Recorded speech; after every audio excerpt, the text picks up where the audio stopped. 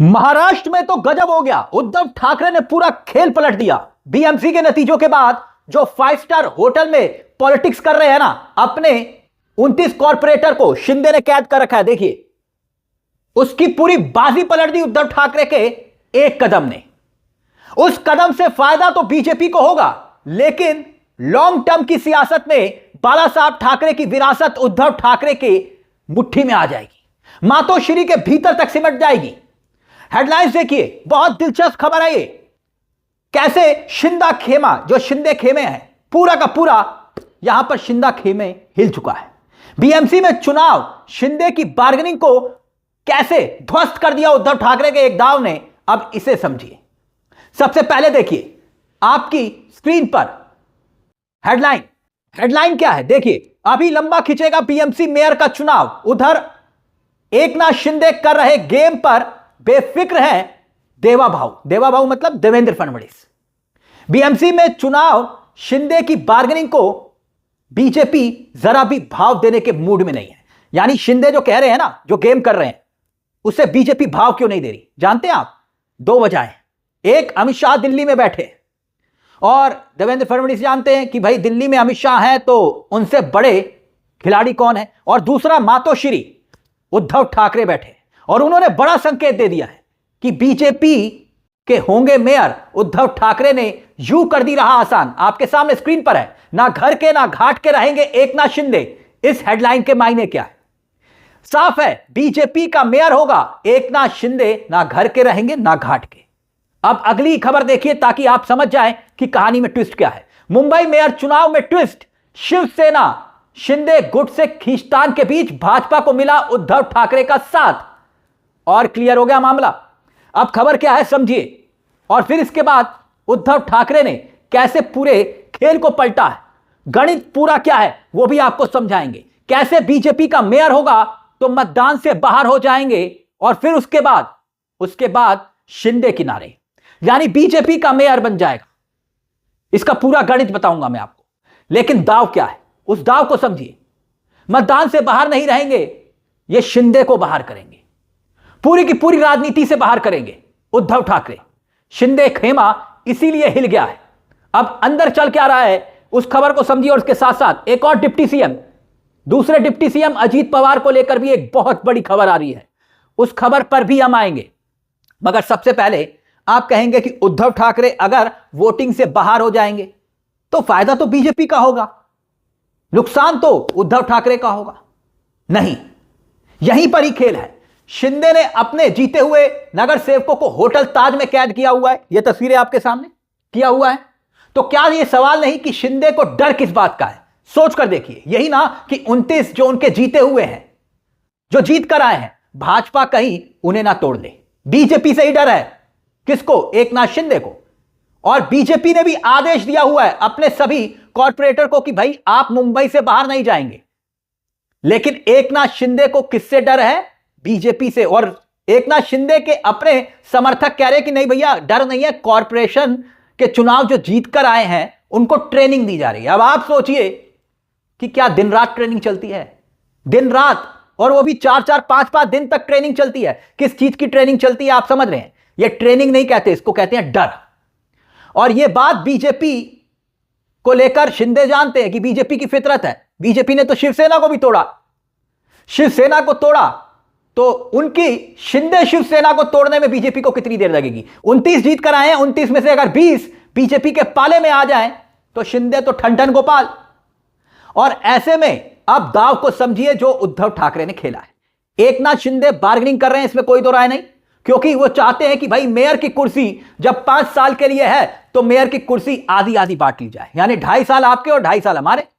शिंदे तो यही कह रहे हैं ना कि भाई बाला साहब ठाकरे की शताब्दी वर्ष है तो पहले हमें मौका दिया जाए, बाला साहब ठाकरे की विरासत पर कब्जा करने की कोशिश।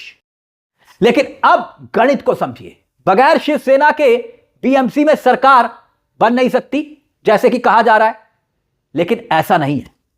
यहीं पर ही खेल है और एकनाथ शिंदे को अब इसी खेल में फंसा दिया उद्धव ठाकरे ने, यह कहकर कि बीजेपी का मेयर अगर होगा तो हम गैर हाजिर होंगे, यानी कि अब्सेंट हो जाएंगे, अटेंडेंस 65 गायब, वॉकआउट।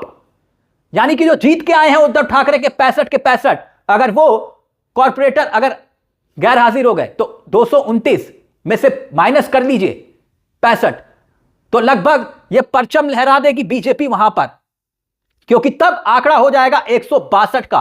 और 162 अगर बचते हैं, यानी कि मेयर का चुनाव जब होगा तो स्ट्रेंथ ऑफ द हाउस कितनी होगी? 162 में से 90 तो बीजेपी जीत कर आई है। 89 का आंकड़ा है ना बीजेपी का। तो जब 162, जब फ्लोर की ताकत ही 162 के बहुमत के लिहाज से होगी तो 82 हो जाएगा, यानी कि 82 चाहिए होंगे और बीजेपी के पास 89 है, 89 का संख्या है, यानी कि बिना शिंदे के बीजेपी आसानी से अपना मेयर जिता लेगी और उद्धव ठाकरे का मिशन कामयाब हो जाएगा। आपके मन में एक सवाल होगा कि भाई उद्धव ठाकरे ऐसा करेंगे क्यों? ऐसा इसलिए करेंगे क्योंकि एकनाथ शिंदे की राजनीतिक विरासत को वो खत्म करना चाहते हैं। एकनाथ शिंदे इस वक्त मोल भाव कर रहे हैं बीजेपी के साथ और उद्धव ठाकरे के इस दाव से शिंदे की बार्गेनिंग पावर पूरी तरह से खत्म हो जाएगी। यानी जो होटल में रोजाना नगर सेवकों पर लाखों रुपया खर्च हो रहा है ना, देख रहे हैं ना आप, लाखों रुपया खर्च हो रहा है, तब सब बेकार रह जाएगा। शिंदे की राजनीतिक विरासत जो शिवसेना जिसका जिक्र बार बार किया जाता है, वो खतरे में पड़ जाएगी उद्धव ठाकरे के इस दाव से। यह इस बात का एक प्रमाण भी है, आपने देखा होगा इस चुनाव में, देखा होगा बीएमसी के चुनाव में कि मराठियों ने शिंदे को वोट नहीं दिया, भाव नहीं दिया, भगा दिया। आप खुद सोचिए, क्योंकि जिस शिंदे ने 58 कॉर्पोरेटर 58 नगर सेवकों के साथ शिवसेना तोड़ी थी, याद आया आपको? तब 58 थे शिंदे के पास और अब महज बच गए 29 जीत कर आए हैं, यही ना? यानी शिवसेना तोड़ी थी शिंदे ने तब 58 नगर सेवक, मतलब कि 80% नगर सेवक जो है उद्धव ठाकरे को छोड़ के चले गए थे। लेकिन वही उद्धव ठाकरे अपने दम पर, अपने बलबूते पर 65 जितवाकर लेकर आए, 65। तो असली शिवसेना की लड़ाई में तो उद्धव यहां पर भारी पड़ते हुए दिखाई दे रहे हैं और इस एक दाव से शिंदे ना घर के रहेंगे और ना घाट के। इसीलिए कहा जा रहा है कि जो शिंदे ब्लैकमेल कर रहे हैं ना बीजेपी को, वो ब्लैकमेलिंग पावर खत्म हो जाएगी। इसीलिए उद्धव ठाकरे ने यह कह दिया कि भाई हम गैर हाजिर होंगे। लेकिन खबर यहीं पर खत्म नहीं होती। एक और खबर देखिए, आपकी स्क्रीन पर है। कांग्रेस से गठबंधन करने वाली वंचित ने शिंदे को सौंपा समर्थन पत्र, भाजपा के साथ हुआ बड़ा खेल। यह हेडलाइन क्या है, इसके मायने क्या है, ये समझिए। उल्लासनगर महानगर पालिका है, वहां पर बहुजन अगाड़ी यानी कि वीबीए के टिकट पर चुने हुए 2 पार्षद आए।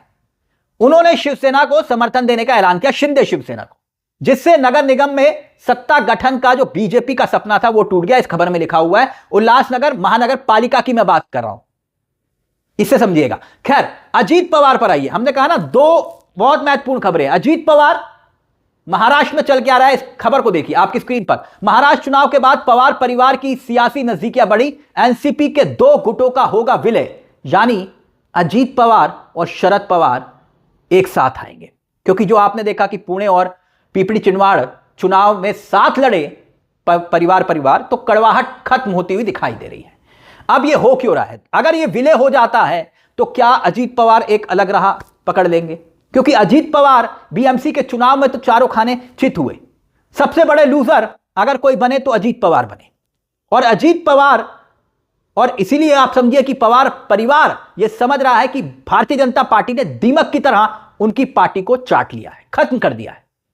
ऐसे में एक तरफ एकनाथ शिंदे, जिनको निपटाने की तैयारी खुद उद्धव ठाकरे ने कर ली, दूसरा अजीत पवार जो लगभग निपटा दिया बीजेपी ने उनको। और अब उद्धव ठाकरे का दाव अगर यह सही बैठा तो जो कहा जा रहा है, जो हेडलाइंस में भी कहा जा रहा है कि शिंदे के बिना बीएमसी में परचम फिर बीजेपी का होगा और शिंदे ना घर के रहेंगे ना घाट के। यह पूरा का पूरा गणित है।